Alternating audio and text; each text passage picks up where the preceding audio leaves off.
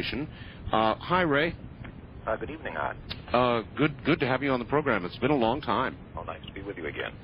I guess the way to begin is to begin, and that is to go back and find out how did you meet up with and learn about Ms. Luca?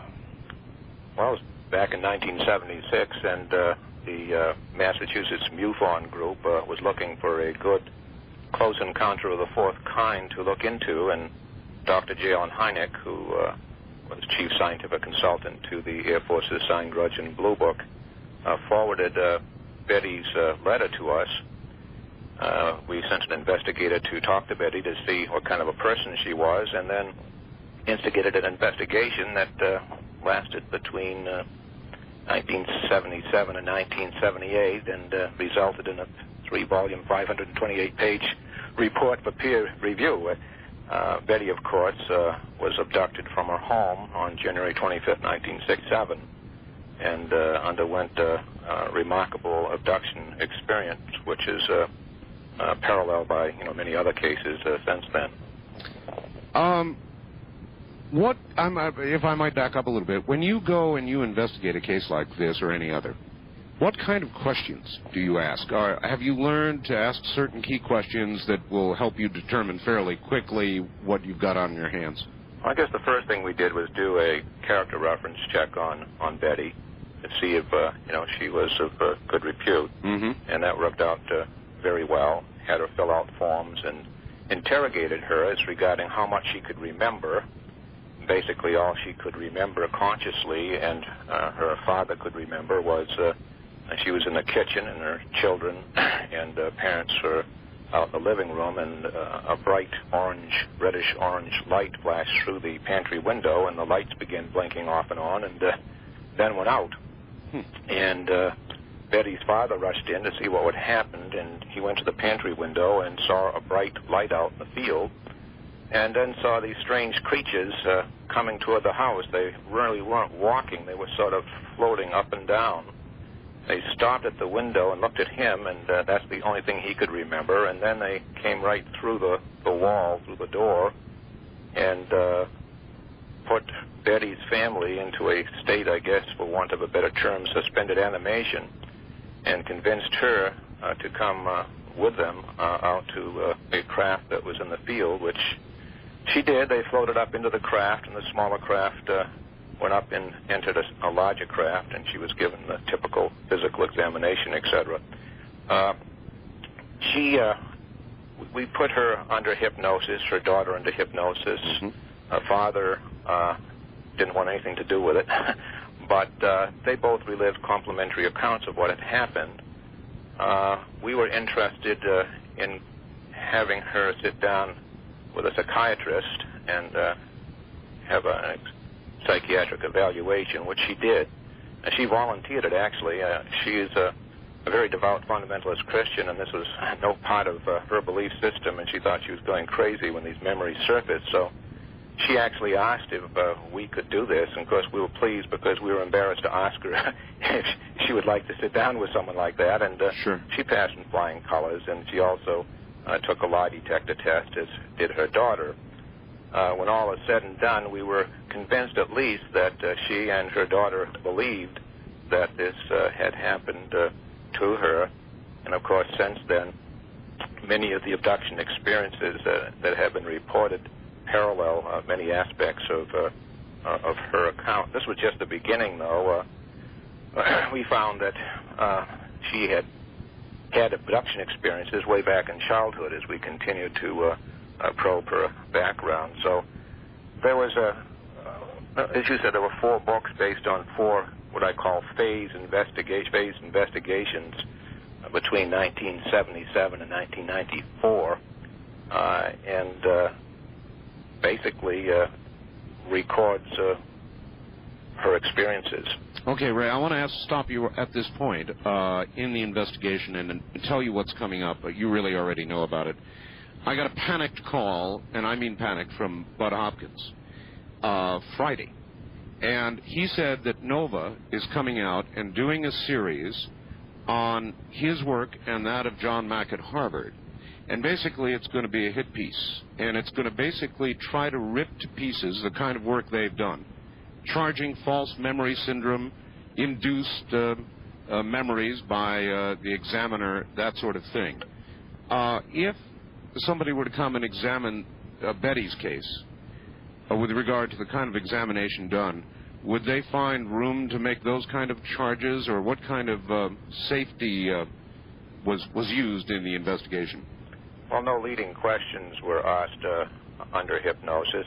Basically, we just let Betty relive the account and sort of provided some comfort to her when things got real rough. But the basic thing is to not ask leading questions and just let the person relive the abduction account. Now, Betty was like a blank blackboard. I mean, she had no interest in unidentified flying objects, and UFO abductions were fairly unknown back then to most people. So I thought she was a good case to investigate because she put a religious spin on her experience. Yes. This is all she knew, and she thought, well, this must be something to do with her religion, which I thought was great because she didn't interpret it as an extraterrestrial experience or something like that. So it was like taking a child, really, and probing the mind of someone that really didn't have false memories. A UFO buff that read an awful lot of things about abductions, which, of course, really didn't exist in those days. The Interrupted Journey had been published and so forth, but, again, she wasn't interested. I think that no matter how vigorous UFO abduction research is, and the Allagash abductions, I think we did an excellent job on in documenting that particular case. No matter what you do, there are going to be people out there that are equal in authority to Dr. John Mack, for example, who will take the opposite side. They don't believe it happened, and they start off with a premise it couldn't have happened, so they come up with alternate explanations for it, which is good. But the problem with something like NOVA is, and they did this with the UFO phenomenon several years back, they will interview people, and they did, Dr. Hynek, for example. They will take things out of context as regarding what they said, and then they will put their own spin on it to come up with their own premise. Oh, yes. I've got 10 pages from Bud of exactly that sort of thing that they have apparently done, and he's extremely upset. And John Mack, of course, doesn't need this either. No, he doesn't. And, what they should really do is have each person,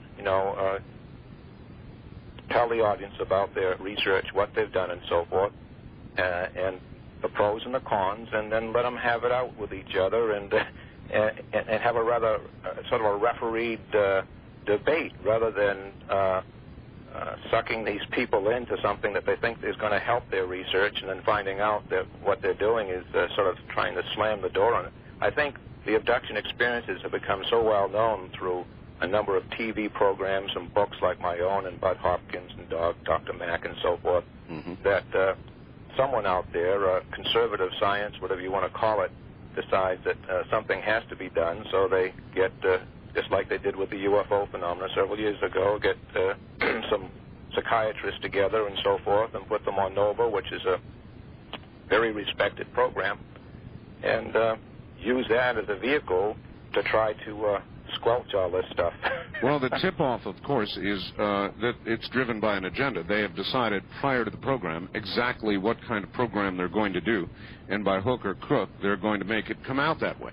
It's a shame that Bud and John didn't realize that from the outset and try to get something on paper where they would, I don't know what they did, but make sure that what they wanted to say would be on TV. Unfortunately, they'll editorialize it according to their whim. Well, that's the problem with television, Ray, is that you can even take something in context and then bring on somebody else with another piece of tape directly behind that person, showing the first to be seemingly ridiculous. Right. That's the ability of the cutting room floor. All right, well, you've done 4 books now. And 9 books, actually. But well, no, on Luca. Right. And my question is, with what you've told me about her experience thus far, that's a lot of material. That's a lot of material. So apparently the follow-up books then looked further into her background from that first incident. Yes. What we did was, the first incident, she relived a needle being placed up her nose and a little BB-like object being taken out of it, and we wondered how that got there. And when the hypnotist tried to find out, she became so upset that he felt he didn't want to put her through that, and so it was just sort of left for a while, and then we went back with a Phase 2 investigation with another hypnotist, and he let her go through it. And it happened when she was a 13-year-old, and probing deeper, we found out that it went even further back to earlier age. So we documented all of that in the Andreasen Affair Phase 2. And we got up to 1973, and again, she became so traumatized that we decided not to go any further. And later on, again, we picked it up and tried again, and it was interesting how that happened, but it's a long story. But we picked up at 1973 and Watchers 2 and progressed through several abduction experiences that she had. Ray, you use the term paraphysical a lot. I know what paranormal is. Paraphysical, would that mean a visit of the fourth type in which there was actual physical contact, or you were taken aboard a ship, or what does it mean? Well, basically, many of the UFO reports that we've been getting over the years involve some very strange, what you might call paranormal phenomena or abilities associated with them, and many researchers don't know what to do with this stuff. They're hardcore, nuts and bolt hypothesis researchers that feel that UFOs are hardware from another solar system. And so a lot of this information just gets tossed out as frivolous or something that has nothing to do with the subject.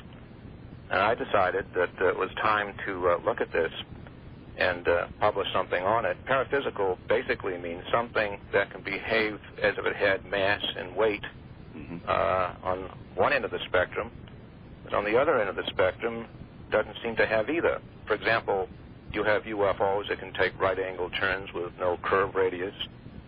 You have UFOs appear visually on radar at point A and then suddenly sort of disappear and reappear at point B with no flight path between the somewhere, then come back from somewhere, from another dimension or whatever. Then you have UFOs that land and they exhibit mass and weight. You have tripod marks, quadruped marks. Penetrometers indicate that there were tons sitting on those struts or whatever made the marks. So you have a paradox here. You have something that behaves as if it had mass and weight at some times, and other times it appears that it's weightless. The falling leaf motion, for example, it's almost like something that is almost lighter than air, wobbling and hovering on its axis, bobbing on the air like a cork bobbing on the water. But there are a lot of other things that are curious about the UFO. You have not only them appearing and disappearing visually and on radar, you have their entities, like in the Andreasen case, pass through solid structures with ease, through walls, through doors.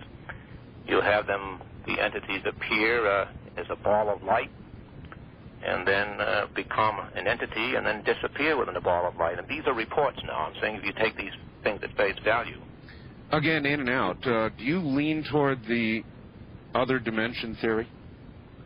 What I'm doing is investigating that and saying that there's a lot of evidence for this. I know Dr. Hynek and Dr. Valet were coming to this conclusion, and I thought that, where are these people going? Because they were sort of my idols, and I felt that this was nonsense. But entities communicate with mental telepathy.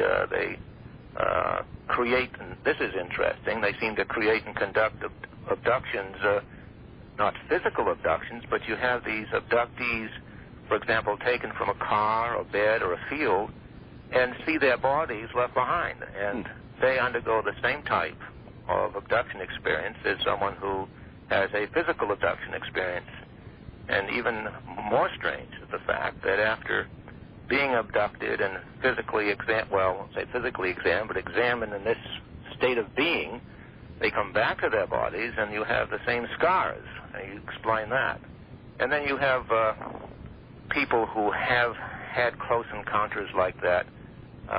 There are other types of phenomena that start up that they've never had experience with before. Poltergeist phenomena, OBEs, electrical sensitivity, seeing apparitions and so forth. It almost seems there's a meta-phenomena out there, and that UFOs are part of it, just as OBEs and NDEs and all of this extrasensory phenomena, paranormal phenomena that are exhibited in, throughout the world. So you have these paraphysical attributes of both UFOs and their entities that I think demand attention. If you are studying something, that you don't leave out something because you don't like it or it doesn't fit your hypothesis. And I decided to look at the paraphysical attributes of UFOs and entities, and in doing so, I saw that there were some tremendous similarities between the close encounter of the fourth kind of abduction experience, especially the OBEs, abduction experiences, and the near-death experience. All right. That's exactly where we're going to pause right now, Ray. My guest is Ray Fowler, and that's exactly where we're going to pick up. Remarkable similarities, he said, between close encounters of the fourth kind and near-death experiences. That should be very interesting. As is most of what we do on Dreamland, I'm Art Bell from the high desert. There'll be more in a moment. Stay right there.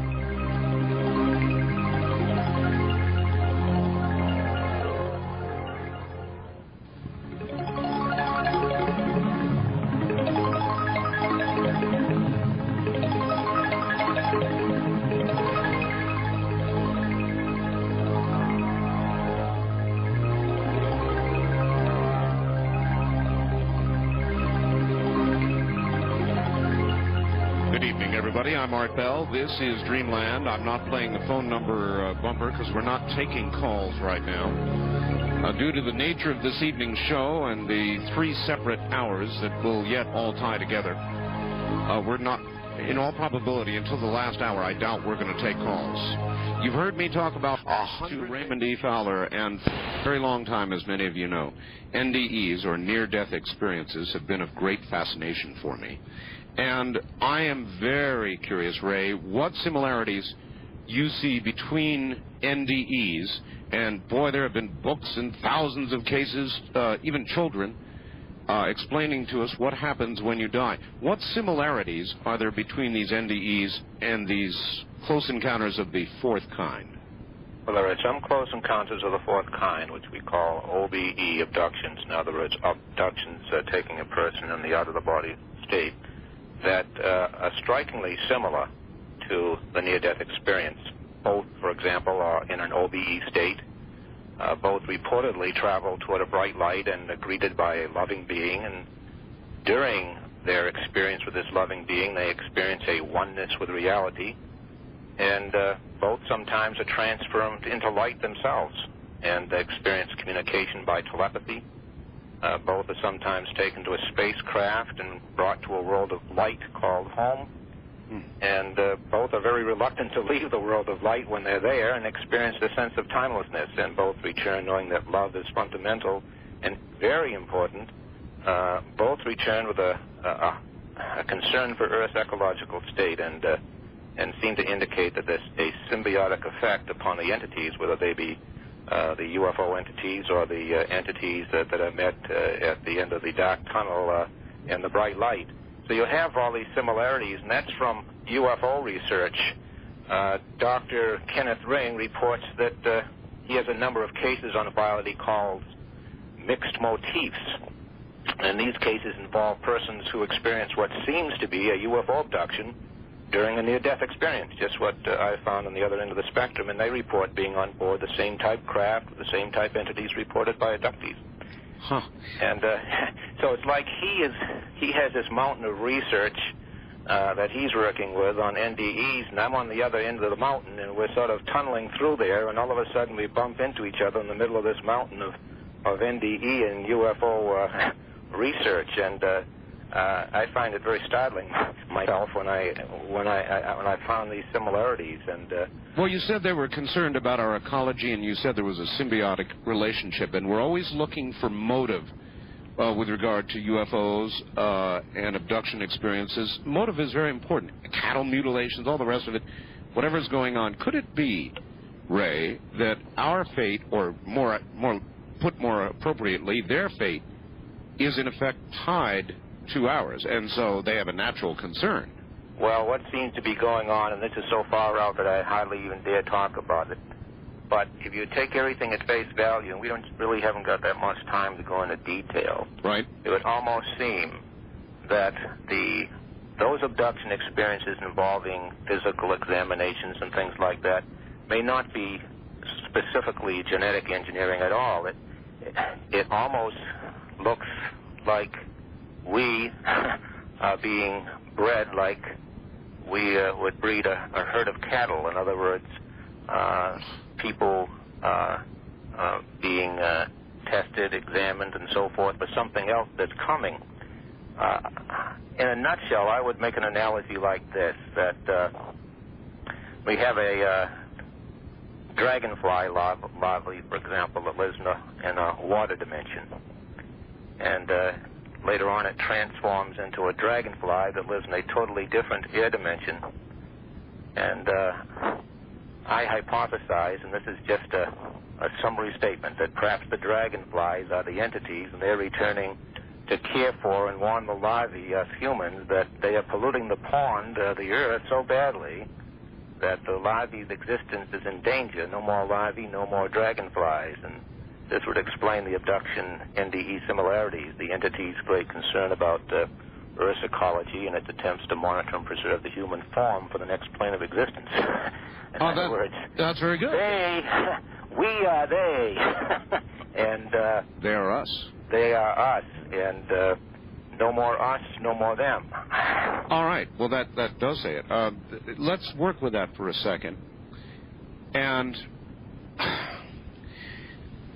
then how does that mix in with people's religious concepts? Or in your research, do you try to separate as carefully as you can religion from research? Or is it... I try to be religion neutral in my research. I only get involved with it with Betty because she interprets her experiences within a religious context. But they told Betty that human beings, let's just go through a few things they told Betty. They told Betty that human beings were more than flesh and blood. They told her husband, Bob, that the human form would continue in another existence after death, and they indicated that humans will someday know the universe as they do, and these entities and the UFOs appear to enter our space-time from a dimension that may even coexist with ours. For example, when someone has an out-of-the-body experience, they are here, but no one sees them. They can't interface with what they see, and people who are left behind in what you might call a physical world can't see them either. So that's the only other dimension that humans routinely experience is during an OBE or an NDE, which even goes further. So this dimension may be where the UFOs and entities originate, and this would explain the similarities between humanoids seen in both NDEs and UFO abductions. You know, scientists say that the humanoid form is unique to Earth. And if that's true, this is another indication that we're related to some of these humanoid Nordics that look almost just like us. In fact, Betty was told that the small grays were genetically altered human penises. So UFO entities assume other humanoid forms that appear to be... in fact, I don't think most people are going to believe what I even said.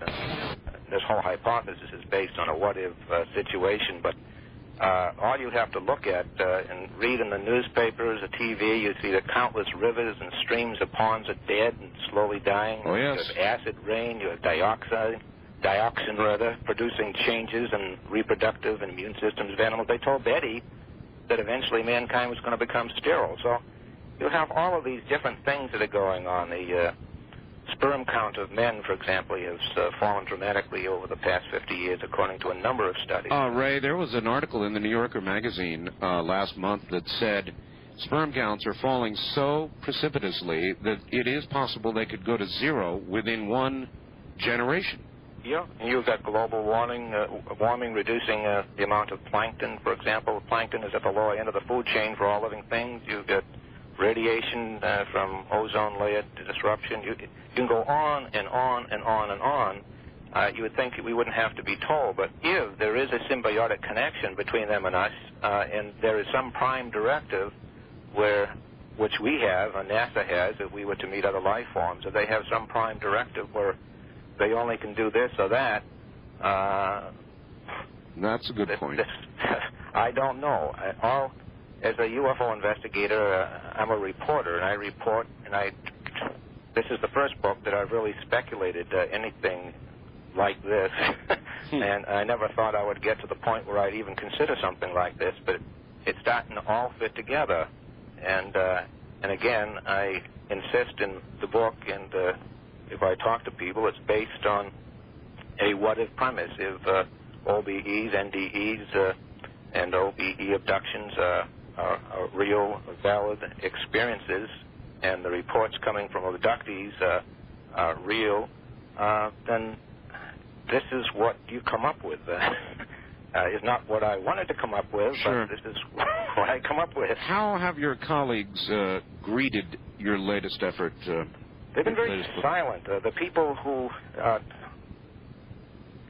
are involved in NDE research, I think, are pleased. Dr. Kenneth Ring, for example, is very pleased, and he's sort of the father of NDE research, the Dr. Hynek of NDE research. Sure. And interestingly enough, John Carpenter, who's the head of our abduction research, our consultant in MUFON, wrote a nice blurb for the book. So I am getting some interesting and positive response for some UFO researchers, but some are completely silent. I think they're sort of stunned.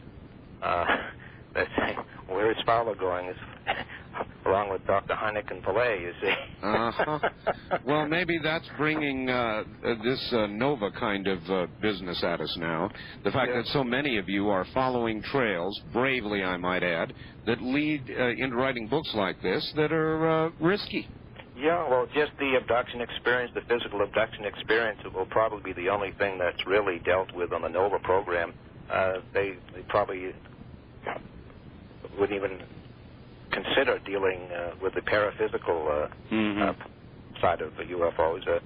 The American Association for the Advancement of Science at one time allowed parapsychology in as a science, and that only lasted a few years, and they now have dismissed that as a science. So, unfortunately, we've been programmed from childhood by conservative, the scientific method, I guess, and religion and philosophy and so forth is regarding what can and what can't be, and it's just like a transponder on aircraft. If an airplane doesn't have a transponder, you know, the control tower operators and the radar operators just don't bother with it. And it's true. And we're sort of programmed that way, you know. If someone says they had an out-of-the-body experience to another person, that person will say, well, those things can't happen. And so you have all these people having these experiences, but they keep quiet about it because they aren't supposed to happen. You describe in your book death, the experience of death as the ultimate abduction. What does that mean? The ultimate. Well, that would mean that death, in other words, would be the same as an OBE abduction, but you would stay where instead of being sent back. I mean, it would be the same thing as an NDE, but it would be the final abduction. If this is true, if the human form is growing what comes out of us when we have an out-of-the-body experience, for example. If the human form produces a humanoid form that exists in another dimension, then that essence, or whatever you want to call it, is taken in the OBE abduction, but it's very similar to what happens in the near-death experience. Now, these people are sent back. We don't know what happens, the people that don't come back, but the similarities are so striking between them. It would seem that there is a definite connection, between them, and that at death, it would be similar to an OBE abduction, going through the same type of thing as an NDE, but you don't come back. And as I say, it'll be the ultimate abduction. Mm-hmm. There are very many similarities, and what have you concluded, if anything, about the nature of death itself? Do you remember the movie Flatliners? Yeah, I started to watch it one night on TV, and I got interrupted and never saw the end of it. Well, interesting. The concept was interesting. The story got a little wild, as they tend to do with the license they have. But it was very, very interesting in a bunch of young doctors taking each other, with agreement, to death's door, physical death. And then, of course, having all the facilities and the other doctors there to revive them to find out exactly what is on the other side. Has anybody actually ever, that you know of, Ray, experimented with that kind of thing? Not that I know of. It's never been made public if they did. What is interesting in some of these abduction experiences is that these people are trained. They're trained on consoles and things like that. And you say, well, what are these people being trained for? They certainly aren't being trained for something now. And then you have a number of cases where the entities actually know when humans going to die. I mean, they told Betty, for example, her two sons are going to die. And, a few days later they did. And I remember her coming to my house feeling very, very depressed because something was on her mind and her subconscious, and she didn't know what it was, but something terrible was going to happen. And I can remember, I even recorded this. She was crying and said that something terrible was going to happen. And we've been working with her during the investigation, and I tried to calm her down and said, well, it's just this investigation. I think it's just getting to you. And then she called me up about a day and a half later, and her two sons had died. Well, under hypnosis, she was told this, relived an experience where she was told this, and it was there, but she didn't remember. I have another report that where someone was told that someone was going to, several reports that where these entities during a UFO abduction experience were told that so-and-so was going to die, or this person was going to die, and lo and behold, they did. So again, you had this connection with death, or either that or precognition. Mm-hmm. It's getting very, very strange, this whole thing, and this paraphysical side, the other side of UFO research, is not getting too much attention, and basically because it's so bizarre. I mean, just the abduction phenomenon is so bizarre that a lot of people don't want to deal with it. But when you get to this other side, which seems to be left out of the reports, it gets really bizarre. And it's very hard to articulate, myself to you and to your radio audience these things, because they seem to be so far, far out. I never thought I'd ever be talking like this. Okay, Raymond, where from here? How does this line of investigation now proceed? If anything, it probably gets weirder. What method of continuing investigation do you see occurring? Well, I'm hoping that people within UFO research know me and for some reason have some respect for me. Oh, yes. They're going to think, I've gone off the deep end, or they're going to say, hey, he's right. We should start documenting some of this other stuff and see where it leads us to. And this is science. You have your peers review your work and say, well, let's look at some of these reports and let's not ignore all of this stuff that's coming out, and let's see if what he says has any merit to it. What I'm hoping it will be is a catalyst for the nuts and bolts hardware enthusiasts out there to say, hey, we're just looking at one part of this. Let's look at the other side, too. Otherwise, we aren't looking at the whole phenomenon. It's like the blind men trying to describe an elephant. One describes the tail. You know what I mean? Yes, of course. Yeah, it is. And you're very much out on the edge. Of the fringe. Of the fringe. And as you say, your colleagues are at the moment silent. Do you think they are just absorbing what you have said, or afraid to comment on it, period? really don't know. I'm just glad that the director of abduction research from UFO on the board of directors with me put a nice blurb in my book, and it was complimentary, and I thought that was good because he was chosen for that position because of his prestige in that in the area of abduction research. So, and then you have on the other end of the spectrum the Dr. Hynek of NDE research approving the work too. So, but I've been in there so long, and I really don't care about reputation as long as I'm trying to do what I feel is honest and objective work, no matter where it leads. People can think what they think now. I'm 62, and who cares? I know that's the nice thing about getting a little older, isn't it? I notice the older you get, I'm the same way. I'm almost to the point where I'm going to say what I want on the air and to hell with it. So I'm glad you're there, and I look forward to following your work. And as you know, we're going to talk with Betty Luca next. Right, and give her my regards. And next year we'll have the Andreessen Legacy, which will try to put more of this together.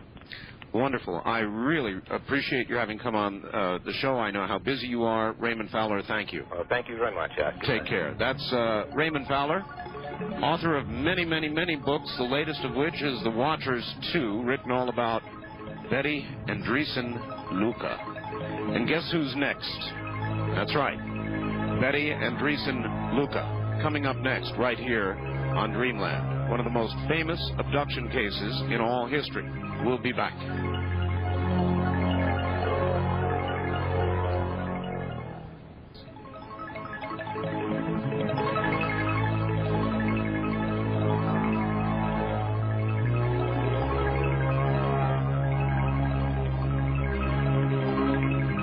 Good evening across the country, now 171 affiliates strong. This is Dreamland. I'm Art Bell. And I'm sure the rest of you felt as this faxer does about Raymond Fowler. Simply, Art, here's one ufologist who is with Ray Fowler. I always appreciate his willingness to move forward, and he certainly has done that. A number of books now, the latest, Watchers 2, all about the Betty Andreessen Luca affair. And we are privileged to have with us in a moment Betty Andreessen Luca and her husband Bob, and he'll corroborate some of what she has to say. All coming up in just a moment. 2, 3. Now, off we go to speak with, I hope we're connected well, Betty Andreessen Luca and her husband Bob. Are you two there? Yes, we are, Art. Hello to you, and hello to all your listeners. I know Raymond Fowler was in Boston. Where are you? We're in Virginia right now. In Virginia. Mm-hmm. All right. Well, you certainly are the subject of many, many, many pages and books now by Ray Fowler. And so I guess we would ask you to first describe, as best you can, your own words, the latter experience, the big experience that you consciously remember without the aid of hypnosis. Well, the very first conscious memory I had was of the 1967 encounter, and I was at home with my 7 children. My mother and father were there with me, and suddenly the lights went out, and there was a reddish-orange pulsating light in the backyard. It was coming through the pantry window, and as I said, there was silence, and beings entered my home. And from there, we went into the living room, and there was an exchange of books. That was my first conscious recall of a UFO encounter. Was that fully conscious? In other words, you weren't saying, I've got to pinch myself, am I dreaming, am I asleep? No, that was fully conscious. Fully conscious. Mm-hmm. Such an encounter would, well, of course you never know until it happens, I suppose, but I would think I would be stiffened with fear. Well, my faith helped me there. Without my faith, I think that I probably would have passed out. But I expect them to be angels entering my home. Mm-hmm. You are a devout Christian? Yes. Are you still a devout Christian? Yes, I am. What do you think these beings represented? Well, for me, I believe that they represent more in our spiritual realm, even though they are in the physical also. Man is made of body, soul, and spirit, and we deal primarily with our physical being and once in a while with our emotional and soul part of our being. But our spiritual part, we somehow have eliminated, and this is the whole person, body, soul, and spirit. And I believe now we are coming to a point where the spirit, our spirit, is going to have to open up and recognize who we really are. And these beings are coming to the forefront for us to realize who we really are. Dr. Fowler, Raymond Fowler said that he thinks they're trying to get us a message with regard to the way we're treating Earth. Most definitely, yes. Most definitely. Yes. I will ask you what I asked him.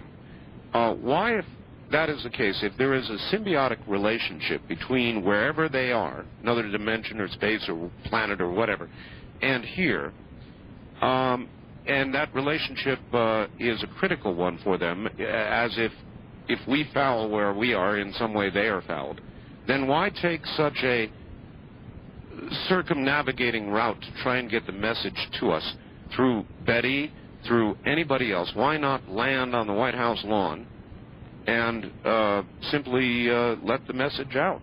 Well, I don't think that they deal in I think they want man to still have his free will and choice. And this is why I believe they are visiting the thousands of people all over the world. And as far as landing on the White House lawn, I don't think they're interested in just the political scene. All right. Your husband, Bob, is here, and I've left him out so far. Bob, how long have you two been married? Since 1978. 78. Mm-hmm. How do you feel about all of this that has happened? I mean, you've been with Betty now all this time, a very famous abduction case, and I'm sure you've talked to her for many, many hours and long moments and short moments about all of this. What have you concluded? Well, originally I had several of my own abduction experiences before I met her, and I am basically a nuts and bolts type person. Mm-hmm. I had to admit to the physical reality of the phenomena when I saw and experienced what I did in 1967 also before I met her.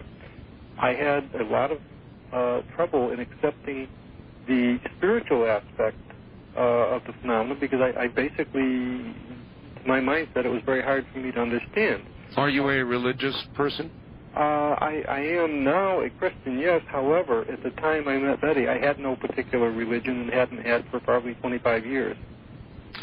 Well, you know, it's funny, this is for either one or both of you, but Christians who listen to the kind of show that I'm doing right now and the kind of thing that you're saying right now become greatly offended, generally become greatly offended, and they say these people are being fooled, these beings or whatever it is they call them are certainly not from God. They are, if anything, from the devil. You're tampering with forces and things that you know not. How do you two react to that? Well, I mean, you know, each person can make up their own mind, and I realize that the many of the Christian people have a view that they are demonic. However, if they really studied the Word of God, they would see that also the good is visiting us. I mean, the angelic beings are still speaking to mankind. It did not end at the New Testament.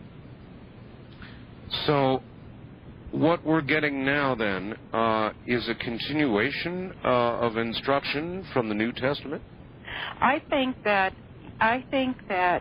God continues to speak to us. Of course, the Christian view, where Jesus finished all things, I believe this. Yes, he has finished all things.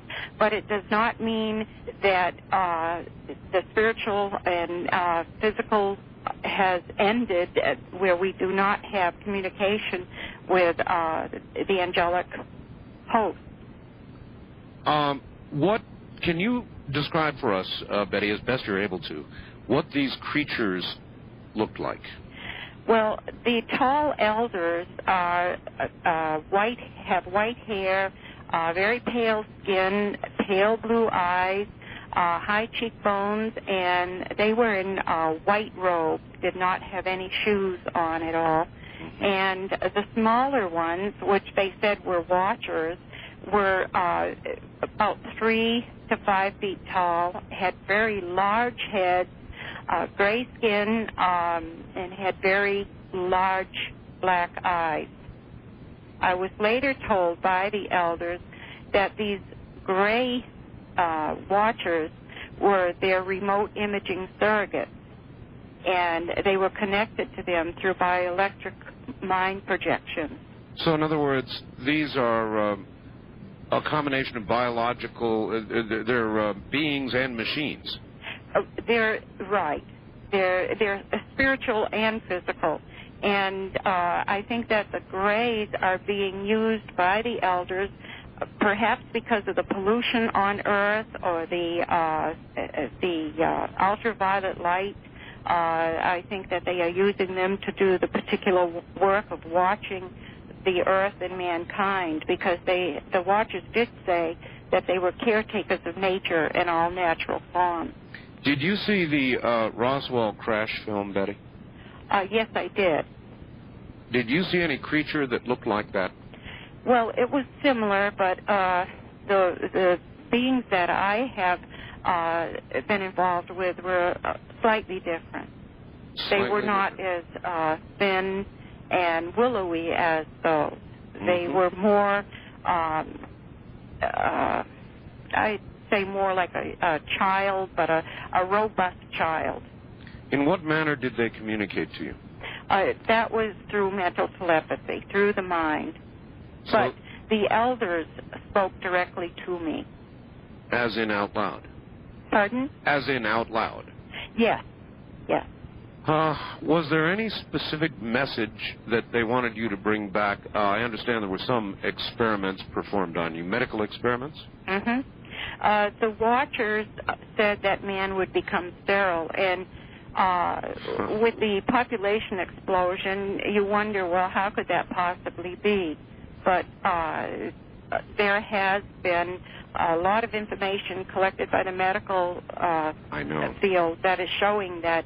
I know. You know, yes. There's a New Yorker magazine article, as I told Raymond, suggesting that the sperm count in man is dropping worldwide at a pace that, should it keep up, will go to 0 within 1 generation. Mm-hmm. And we see all the problems with the different viruses that is just running rampant and so forth. So, I mean, there is so much that is involved here. Also, the chemicals that have been used on our produce and everything, the ground is saturated by it, and that can be picked up in the DNA of the people from all over the world. It shows that what happens is the chemicals break down to estrogen, and is causing a problem in possibly sterility in certain people. Or perhaps in many people. Mm-hmm. That then may account for the... I'm always looking at motivation. Everybody tries to figure out what it is they're doing. Perhaps these experiments are designed to simply monitor the degree of deterioration in us. Could that be? Yes, that's quite possible. The biopsies that are often, like scars, often seen on abductees, it may be that they are checking what is going on in our system due to pollution and nuclear waste being emptied in the water or air. Did you ever, during this whole process, doubt your own sanity? Yes, very often, Art, because it was so fantastic what I was going through. And in the very beginning, I was very fearful of it, and one of the investigators came to me and said I wanted to stop because it seemed like science fiction. And he pleaded with me not to stop because he wasn't supposed to say anything, but much of what I was experiencing was happening to people worldwide, and I had no knowledge of the UFO phenomena at the time. Well, being a devout Christian, I would have guessed that you would have run to your church. Did you do that? I ran to the Bible, and of course I had been reading and studying the Bible for many years, and then when I realized that I was having these encounters, I asked Jesus, what is this? Why am I going through this? What is happening? And I began to look into a lot of the prophetic books and could see that the Ezekiel's wheel was quite possibly the dealing with the UFO phenomena, and many other parts in the Bible show that it is UFO connected. Well, again, I take it you were and probably are now church going? Well, at this point, we have just moved from Connecticut to Virginia, and there is a church we are looking into going to. Well, what I'm curious about is how other Christians, your friends, your associates, so forth, reacted to your story, which is now world famous, and so everybody knows it. Well, most of the people that we've come in contact with, Christians, they've been very nice. I have hundreds of letters from other Christians that write to me and tell me about their experiences, but they dare not speak them out loud in the church or even sometimes to the minister. That's interesting. Did the elder group that spoke with you tell you what was going to happen, or just what was going to happen if we didn't straighten out, or how much information did you actually get from them? Well, the elders told me that they were masters of rings, cycles, and orbs, and that they were ambassadors of O. Now, this is hard to explain. I really couldn't understand everything that they were telling me. However, at one point of an experience that both Bob and I had, and this was in Meriden, Connecticut, we had a small cottage. At one point, we recalled a whirring sound over our bedroom, and it seemed as if Bob did a doppelganger. In other words, he was in two places at one time. And he was at the bed and taking off his socks. I was in the bathroom brushing my teeth, and suddenly when the whirring started, I turned around to look at him, and as I did, he came out of himself. He was in two places at one time, rushed to the door, stood there, and looked astonished, turned around, and went back into himself. And we discussed it just a short period of time and then let it go. Well, it was years later under regressive hypnosis. We thought that was it. And years later under hypnosis, we realized, more information came out, that we were taken out of our bedroom and up into a craft. And at that point, a very unusual thing happened where I turned into a light being and there were other light beings there. And at that point, Bob was taken on another side of the craft, and I could see him. There were two elders standing side by side on both sides of him, and they took him into another room. And this time, when we went under regressive hypnosis, Bob recalled certain information, and there were messages in that he might be able to tell you. Bob, did you recollect it roughly the way she has just explained it? Oh, yeah, exactly. Exactly. I just thought it was a very strange incident until undergoing regressive hypnosis.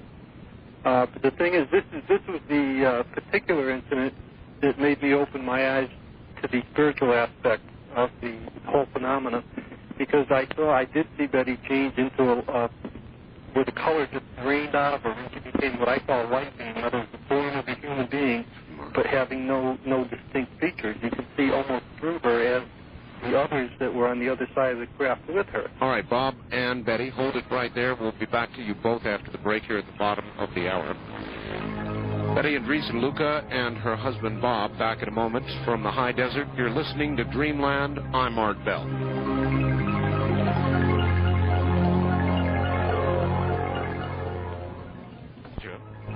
That occurred during my program last week. I've got another one for you now. Not quite as big, but certainly a strange place. A 6.4 earthquake has just occurred in a remote region of the mid-Atlantic Ocean. The quake centered about 500 miles northwest of Ascension Island along the mid-Atlantic Ocean ridge. That's absolutely incredible, and it is a place there ought not be an earthquake, but they just had it. And they show it roughly between the jutting edge of South America and Africa. It is a remarkable place for an earthquake to have occurred. And by the way, the follow-up information on the 8.2 is that there were many people killed. Dozens of people were killed, and an island was just about flattened. And the regular media began to finally catch up with that story about a day late and millions of dollars short. Betty and Bob back in a moment. For the past several months, everybody at... Oh, by the way, check them out on the internet at www.maxinet.com/UFO News. Hope you got that address. They're hard to get. All right, back now to Betty and Bob. Luca, and hi to you both again. Hello. And Bob, I think you were saying you saw your wife turn into pure light. Right, and I'm gonna run through this rather quickly. What happened was she was on the opposite side of the craft, and she had joined a group of people with these light beings, and it looked to me like they were playing a game, throwing back geometrical form, rolling up into a ball of light, and so forth. The next thing I knew, a door had opened behind me, and there were two tall beings that took me into a room and began to impart information to me. First off, I was told that the people on the other side were going through a learning process to advance their knowledge on another plane, that I was not there because I was not advanced enough spiritually, and I'll fully agree to that, that it was a privilege for me even to be there. From this point, I was given information regarding the spirit. I was told, and again, this is a very brief version, that the spirit transcends time and dimension. The ultimate goal is to come closer and closer to the Creator. That our life experience is recorded from birth to death, including our deepest feelings and emotions, as well as our physical activities. That illness, sorrow, and distress actually serve a purpose in the larger order of things that is not readily apparent to those of us on this plane of existence. And that evil, and this was a surprise, that evil, although the negative aspect on the earthly plane, is necessary and again serves a purpose. Now, this might be oversimplifying it, but basically we're all given a free will by the Creator. And all of us have the ability to do good or evil. It's our choice. Now, here's another thing that I was told that mankind are advancing rapidly as far as technology, but are developing far behind spiritually. And they said that we are developing things that are harmful to ourselves, as well as our home planet. Right. And one thing that comes to mind, I'm sure many of your listeners are familiar with, is Project HARP.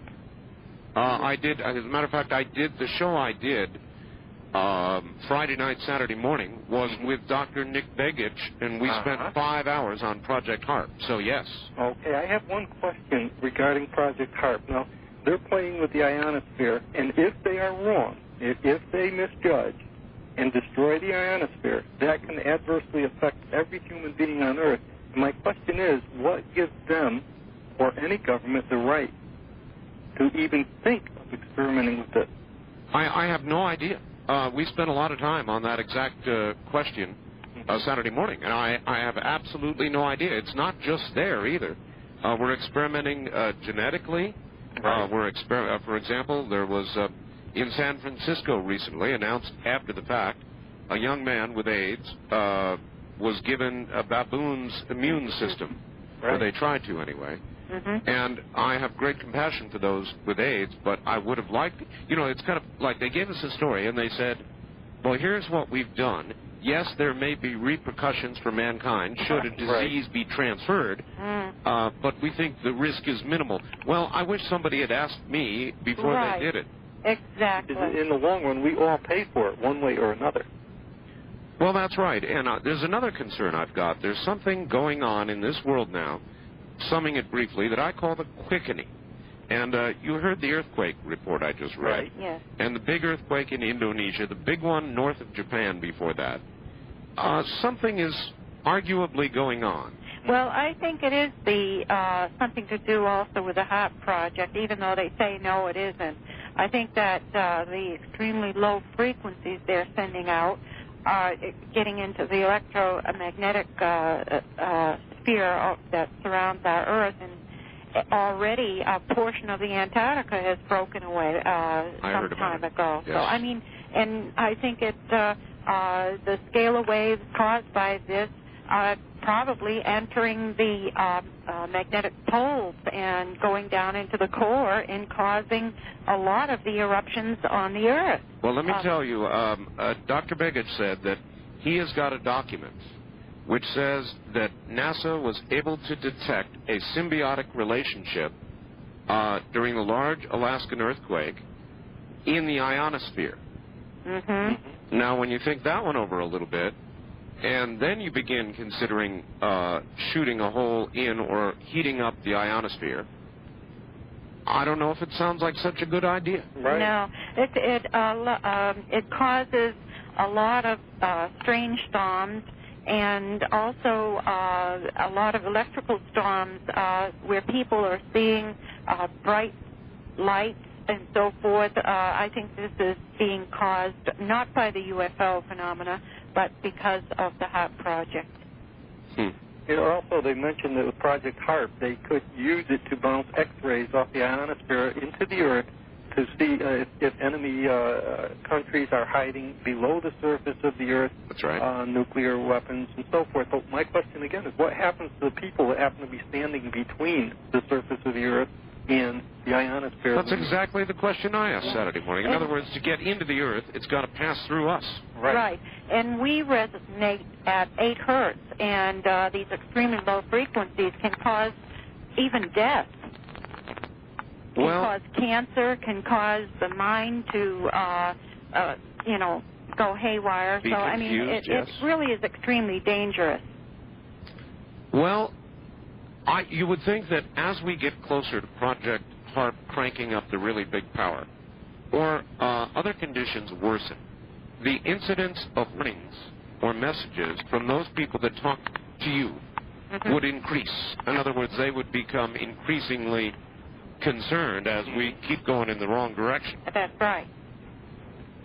I think that has been happening by the number of new people that you see entering the phenomena that are finally coming forth and telling their stories that are well documented by credible people. I think you are seeing more and more of that. Do people tend to come to you with their stories?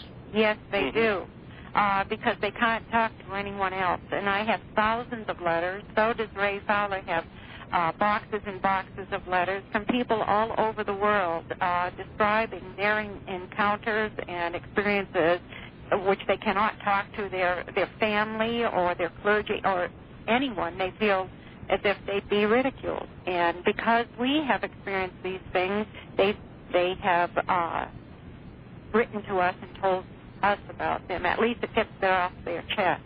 And many of these people are highly credible. They can be doctors, psychiatrists, military. I've spoken personally to people from every branch of the military, Air Force, Marines, Army, that have had experiences and so forth, and they can't really put their name to a statement because, for obvious reasons, there goes pension, jail, whatever. Sure. Oh, no, it ruins reputations, and if you've got a position, if you're a pilot, for example, you dare not report a UFO. That's right. Pilots just don't do that. Even sometimes with everybody in the cockpit having seen it, and they still will not report it. And I cannot say I blame them. Now, Raymond Fowler is doing a lot of research that is beginning to go down a kind of a different avenue that melds together the physical abduction experience with NDEs, or near-death experiences, with many similarities. Would you agree with that? Do you think he's on the right track? Yes, Yes. I do. I think that, again, it is the spiritual part of our being, and every one of us are going to face that at the time of our demise. Apparently some of us prior to as well. That's right. That's right. That's right. And I think that being brought back is allowing people to see that there is life after death. Do you have any guesses about its form? Pardon? Do you have any guesses or information about its form? That, in other words, after death, do you think that we will meet with the elders? Do you think we will see these people, or do you think it will be an entirely, perhaps the soul just taking a different road? Well, I think that positively there will be light, and I believe that Christ will be there for us. Do you think that Christ and God preside over worlds of beings? Most definitely. And I believe that Christ is within every person that is born. The Lord says in the Word of God that the light is within each person that is born on earth. So I believe that each one of us have the Christ presence. However, it's what we choose that either allows the Lord to live within us or die. What sort of challenge did you go through mentally, Betty, trying to fit all this together, your devout Christianity with this experience that would seem for many to conflict with it? I had a very difficult time at first, especially because of family and friends, they being Christian also. But it was happening to me. I had to face it, and as I said, it was difficult. And I, of course, went to the Word of God and looked upon Jesus' words that he said, greater things shalt thou do than I have done. And it's hard to imagine how we could have greater things happening to us than that, what our Lord has gone through. Also, a lot of the Christians feeling that this phenomena is demonistic, they must realize the opposite side is still there, which is the angelic host. Sure. And both are at work for their master. Without some change in direction, do you have any idea how long it will be before some catastrophic event sort of does a reset, the way you do when you push a reset button on your computer? Well, a lot of people are feeling the year 2000, but I don't feel that. I feel that we will go through a lot of troublous times and a lot of terrible things with wars, of course, like the Word of God has said, wars and rumors of wars and upheavals and weather conditions and so forth all before it happens. But I don't feel as if any person can name the day or hour that it will finally be finished. Well, we certainly have been having strange weather. You moved from Connecticut to Virginia, and Yes. I'm sure Virginia this year probably feels like Connecticut. It does this year. I think we took it with us. Exactly. We need to go further south or west.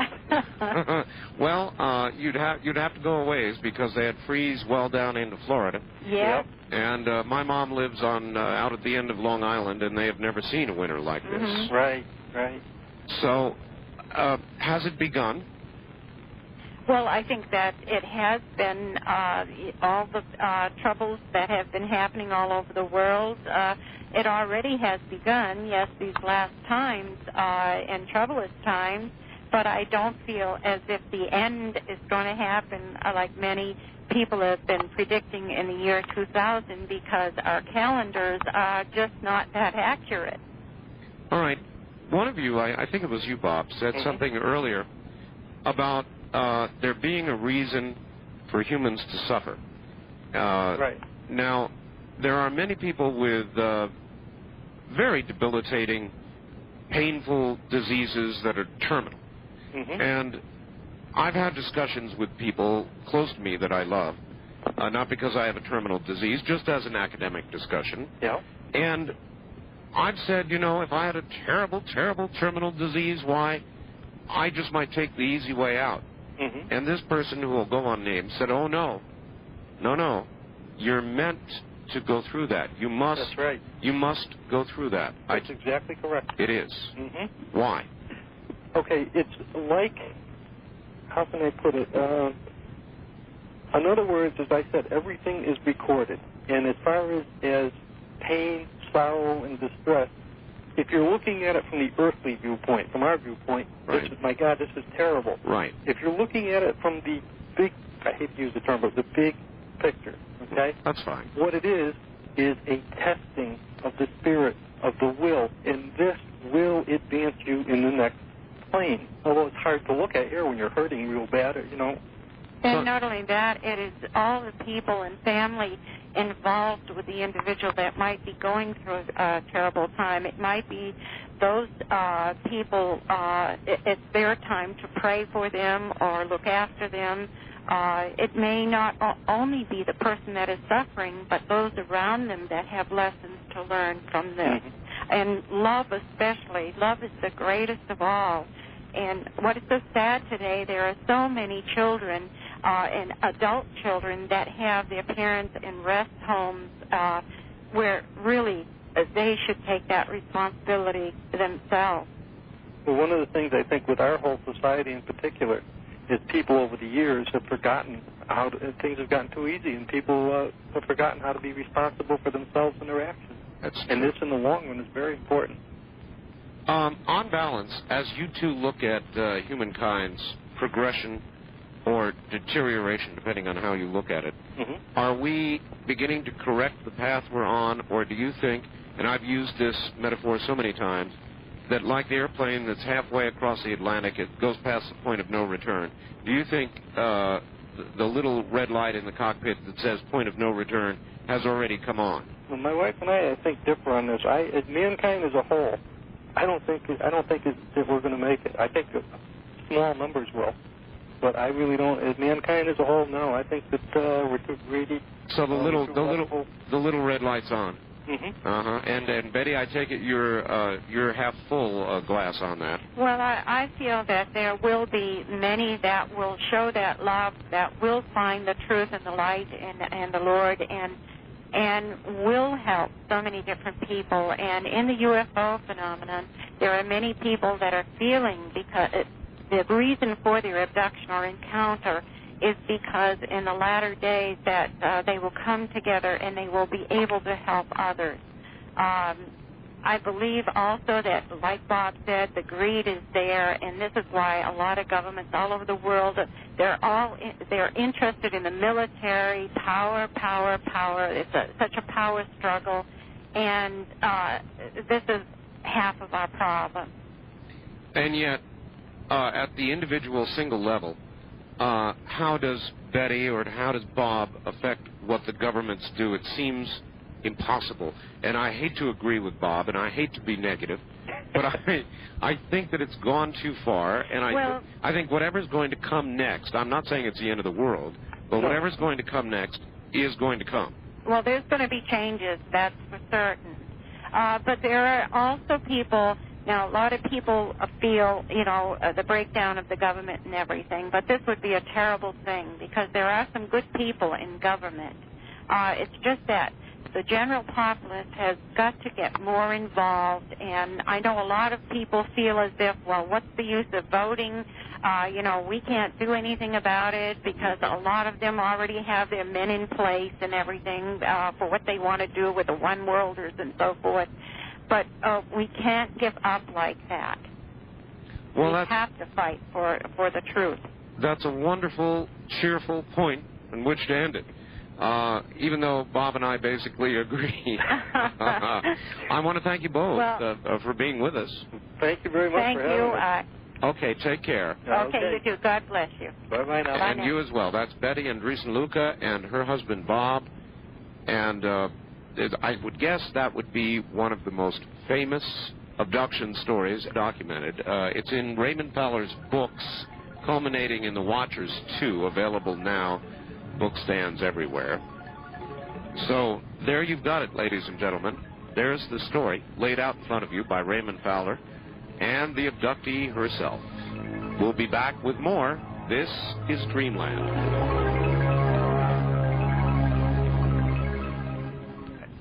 Now, all the way back to Philadelphia. Everybody's on the East Coast tonight. It's Linda Moulton Howe, Emmy Award-winning, reporter, I guess. Linda, how should I introduce you? I always lose track. Emmy winning, I know you've done documentaries, right? Yeah, well, I've been a television producer for a long time, and one of the programs that I produced that a lot of people listening might know is UFO Report Sightings on Fox. It became the sighting series. Sure. And prior to that, my work had been in nonfiction documentaries focused largely on environmental problems and medicine and science, which is how I got into trying to find out what was happening to all of the animals worldwide in the unusual animal deaths called animal mutilations. Mm-hmm. And that led you down a very strange path? Yes. I never, ever would have thought that about 16 years into the future from my first investigation in Colorado of what was happening to the animals, that I would be sitting here today looking at such an enormous and wide variety of subjects, which I'm willing to talk about any of it with you tonight that you'd like in this third hour. But I thought, since I normally am not in this third hour, that I would at least give this audience an update on some things that have been happening this past week and a story like I usually do at the top. And all right. I just want to touch on, ask you one question. It relates to what Ray Fowler and Betty Andreessen, Luca said. Right. It is that they feel that the reason or the motivation for the abductions and possibly the mutilations and the seemingly genetic experimentation that's going on, I mean, we're always looking for motivation here and why. Right. Is that the Earth is slowly deteriorating.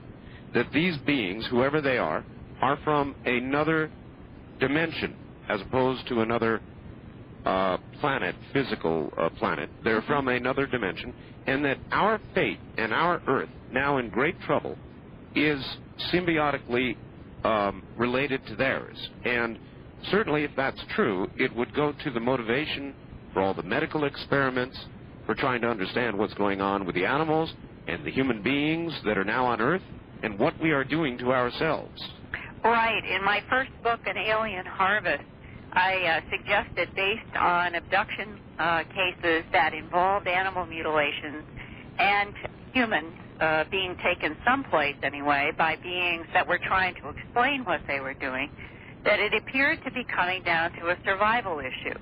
And since then, there have been many more cases implying that that is what the crux of the problem is, someone's survival out there. And there is a new book out called Cosmic Voyage by Courtney Brown.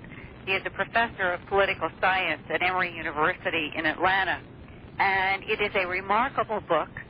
Somewhere in the future, you and I want some combination, or we should interview him. All right. But his book is based on using the discipline of remote viewing. And the text basically is a discovery that who is involved with our planet are time travelers from the future who have a major survival problem. Yes. And that this genetic harvesting now is for their present, which would be a distant future, and that we're all somehow all tied together. And I find this especially interesting. People can argue all they want to about remote viewing. The fact is that something extraordinary is happening on the planet. Yes. Things are interacting with humans and plants and animals.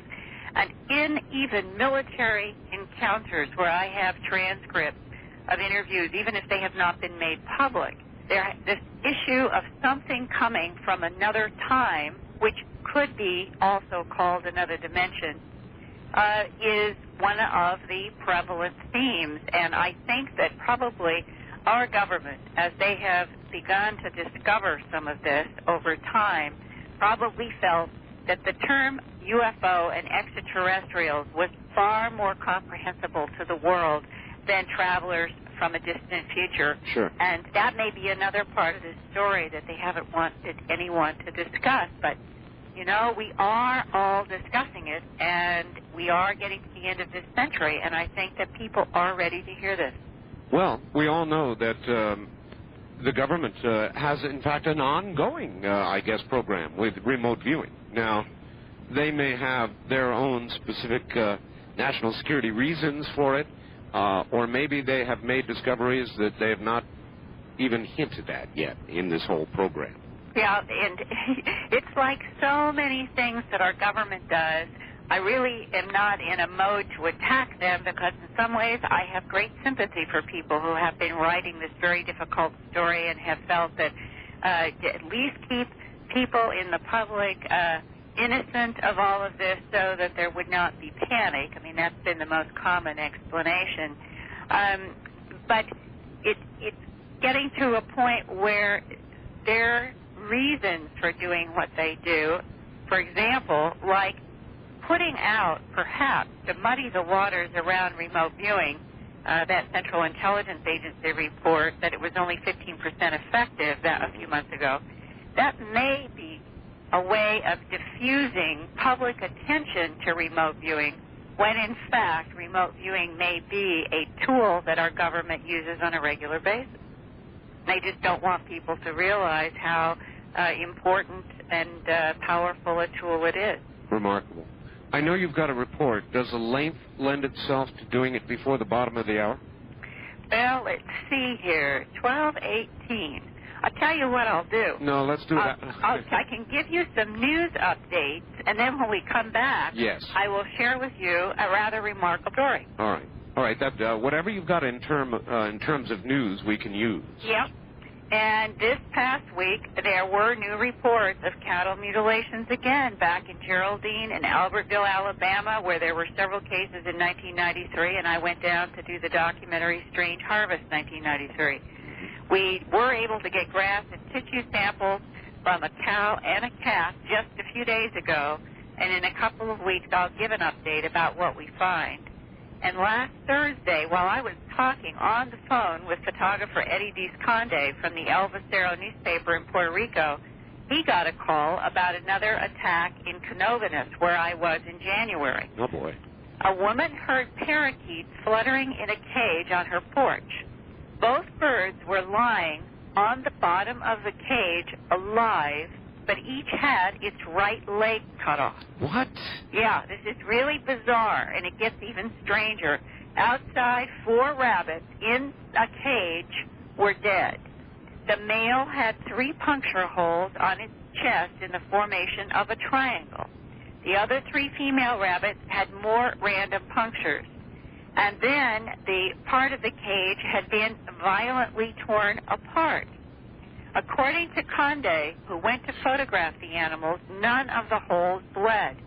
These attacks do not make any sense. He and I talked about what would take a leg from each parakeet and leave the birds alive in the bottom of the cage, what would kill animals only to take biopsy punches of tissue over and over and over again. And then the question that everybody asks, and no one knows for certain, is there any connection between the animal deaths in Puerto Rico and UFOs?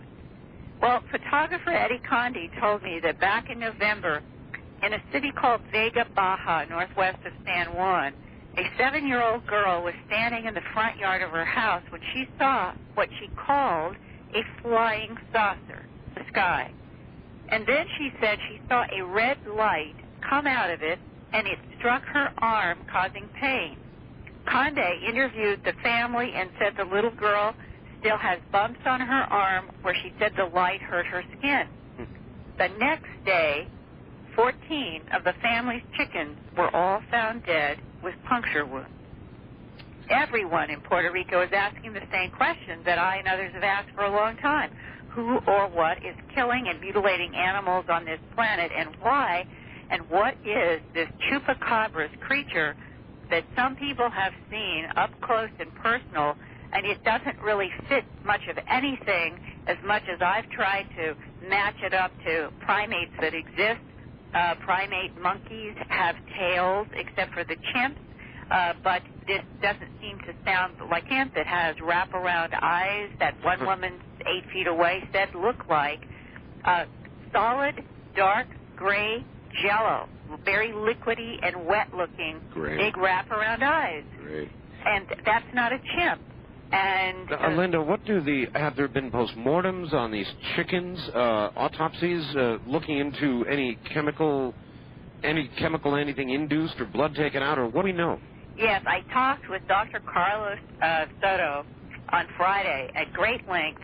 He has had several animals brought to his veterinarian clinic, and he said that two of the strangest were, one was a guinea hen, that when he laid it on its back, it had this three-pronged, triangular-shaped puncture wound, just like what they found on the big male rabbit Thursday. Right. And it was on the breast of the guinea hen. And this was interesting. When he opened up the bird in necropsy, he said in the chest, separate from the three triangular punches, there were 4 holes that did not seem to correspond with any surface trauma where the bird's feathers or skin were. He couldn't find bruises or punctures, and he still doesn't know how these 4 holes were made.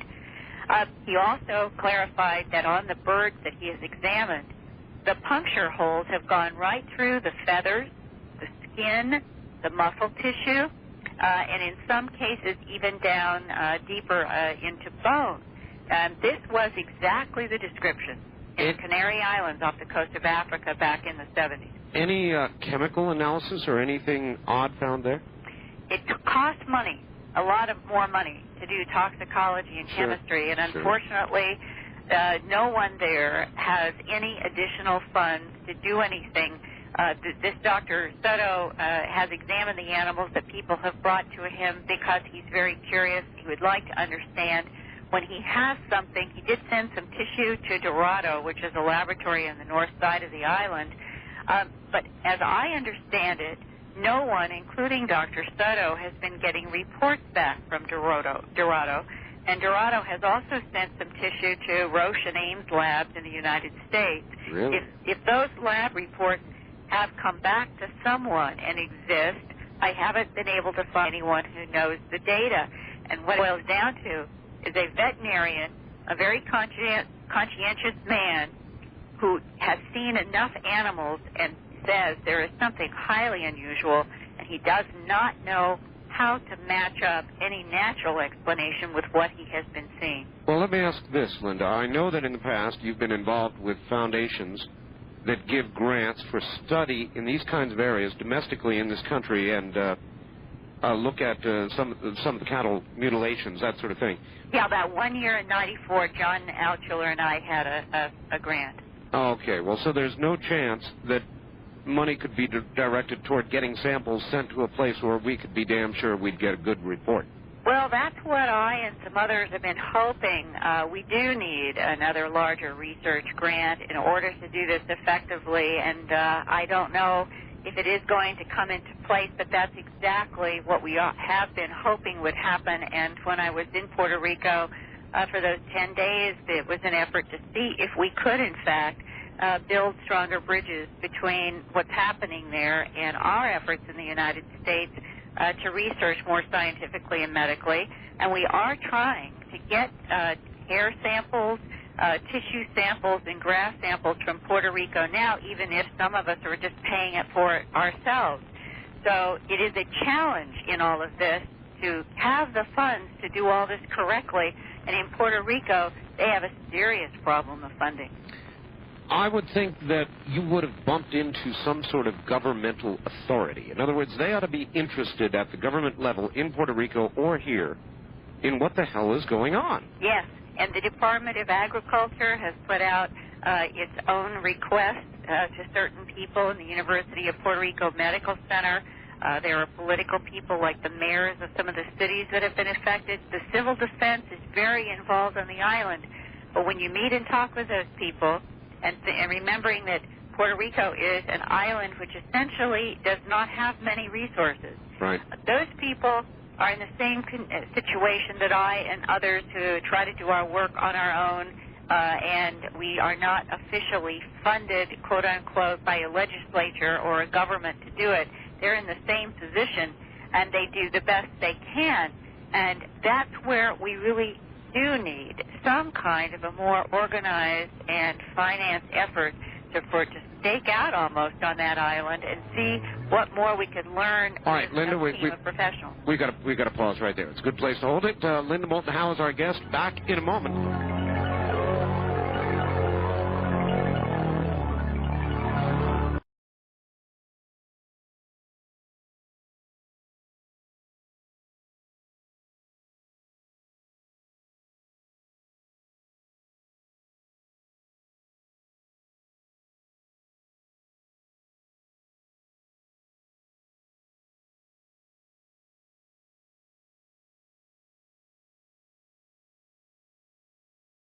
I'm still thinking about parakeet legs. That one bothered me. I know, it bothers me too. And if the story that we might be dealing with beings coming from a future timeline who have a serious survival problem, and they've come back to gather genetic material from this planet, to watch over this planet, whatever the scenario, then it's possible that everything that is happening is for a good and better reason than we can imagine. Right. But back in the 1970s, when animal mutilations were occurring worldwide on a regular basis, including the vampire of Mocha in Puerto Rico, again, it was there 20-some years ago, there was a rash of unusual killings in the Snohomish, Washington area, where Bigfoot had also been seen and has been seen since. And even prints have been seen and casts made.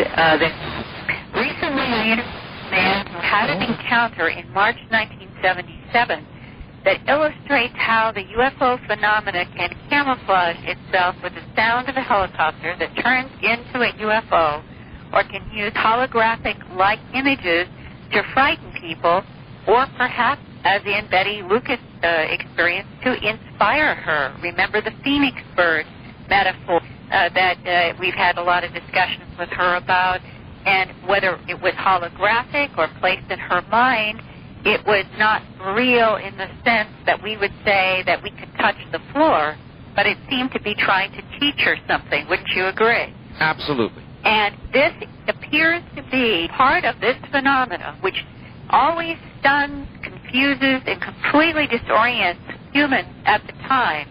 And later, they realize, and in this case with this man, that these beings did something to frighten this man, perhaps to keep him away from them, but he was not hurt.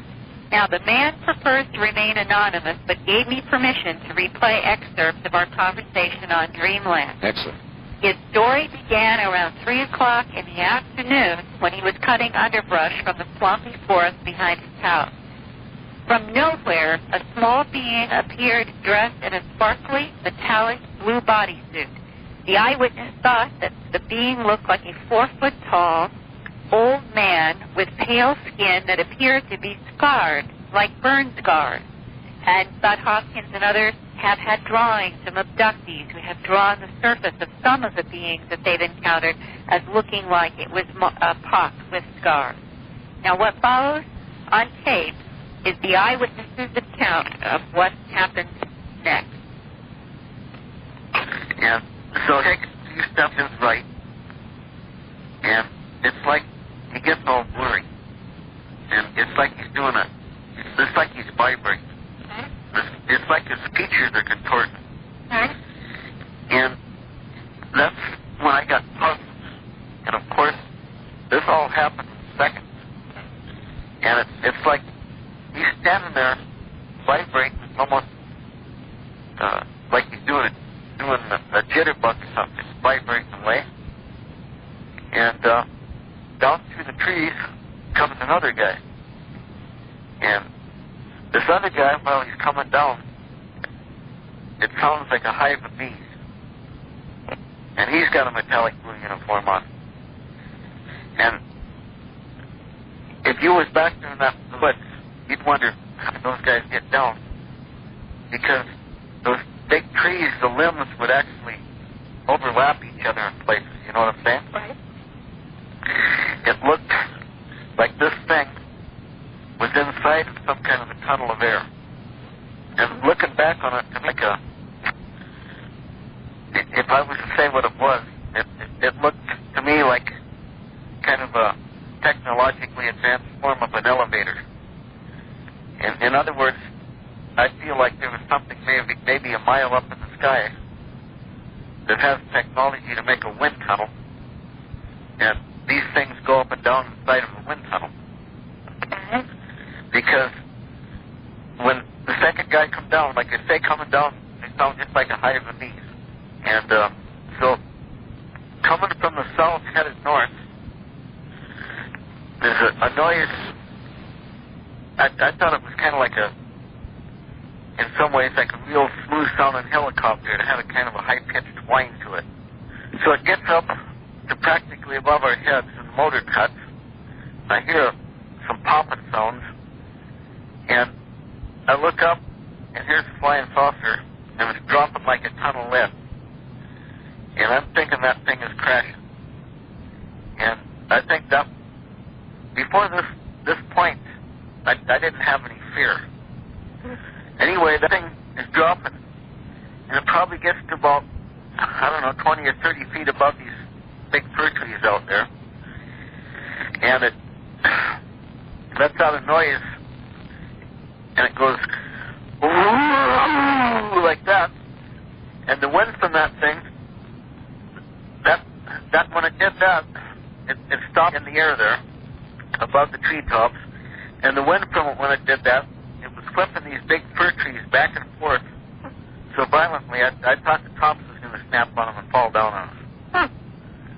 I mean, these trees just flipping around violently.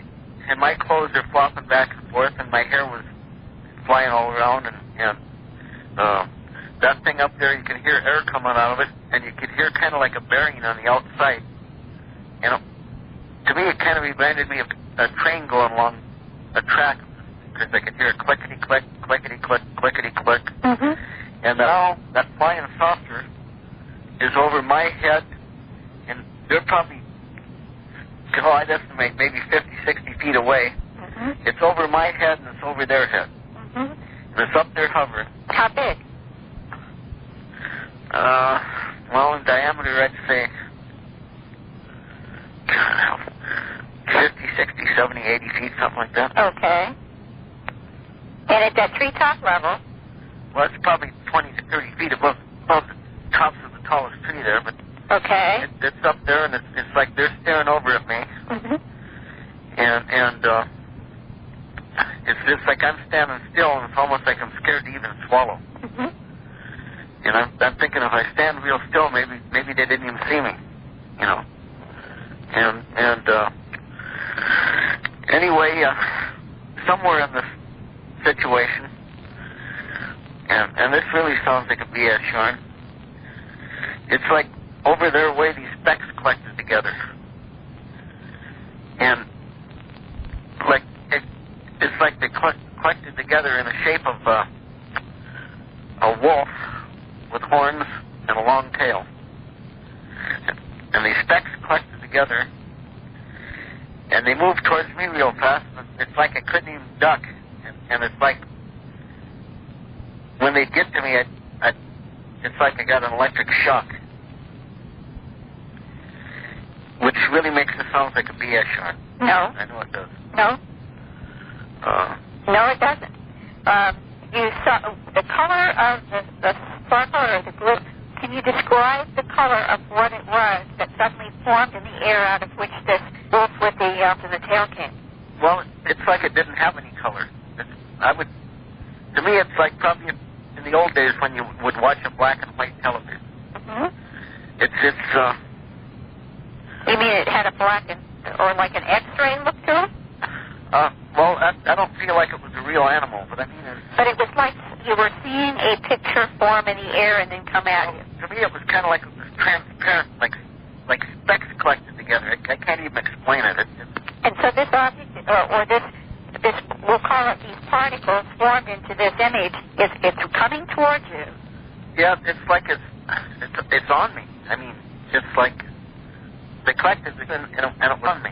That's all I can say. Okay, and then what happened? And it seems to me like when this took place, it's like I felt like I was being laughed at. Like maybe there's cackles or something. Okay. So, Art, I have never heard a better description of both the camouflage of sound and then what appears to be some kind of either a projected image. In this case, it seemed to be outside of his mind and projected at him. That has been described in the literature, but seemed to be used in this case both to either keep him away and at the same time convey information that they were making fun of him. A wolf with horns and a tail is like some of the mythological characters of history in a funny, strange way. No, as I listened, I thought his story was very credible. Oh, yes. And in fact, Art, to back this up, tonight I talked with a man who worked for the sheriff's office in that community in the 70s. He knows the man. He backed up the whole story. He was out there. He interviewed him. He took photographs of very strange tracks and prints in that swamp. He said that at the time that this man was reporting to the sheriff's office, the fact that not only was this happening out there, but the whole series of animal mutilations, which I'll get to in a minute, but he said people all over that valley were calling the sheriff's office, reporting all kinds of odd lights and odd sounds and encounters with strange things. And I think that this man is describing exactly what happened to him, and it underscores that this phenomena, whether it comes from the future, another dimension, another solar system in this galaxy or another galaxy beyond, that its way of communicating with itself and the way that translates to us is very different, and that these uses of holographic images, almost theatrical images, it was in the Betty Andreasson case, now Betty Andreasson, Luca, that kind of theatrical, metaphorical production was very much a part of that case also. Absolutely. Fascinating. You said there was more? Yes. After this, because this story had so many parts to it, I thought tonight I would just commit that these beings then just walk off. They have absolutely shocked him to his core. He is standing there numb. They walk off.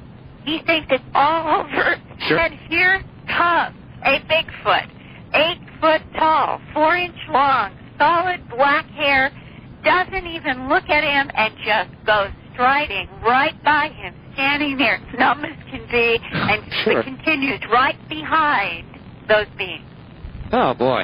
Now, the man who worked with the sheriff's office told me tonight, and this is the part this man who did not know, he said that he took photographs of deer that were found hanging with excisions of the rectum and genitals and other parts were found hanging on trees in that area back in 77. Oh, brother. Now, are they related to the Bigfoot phenomena?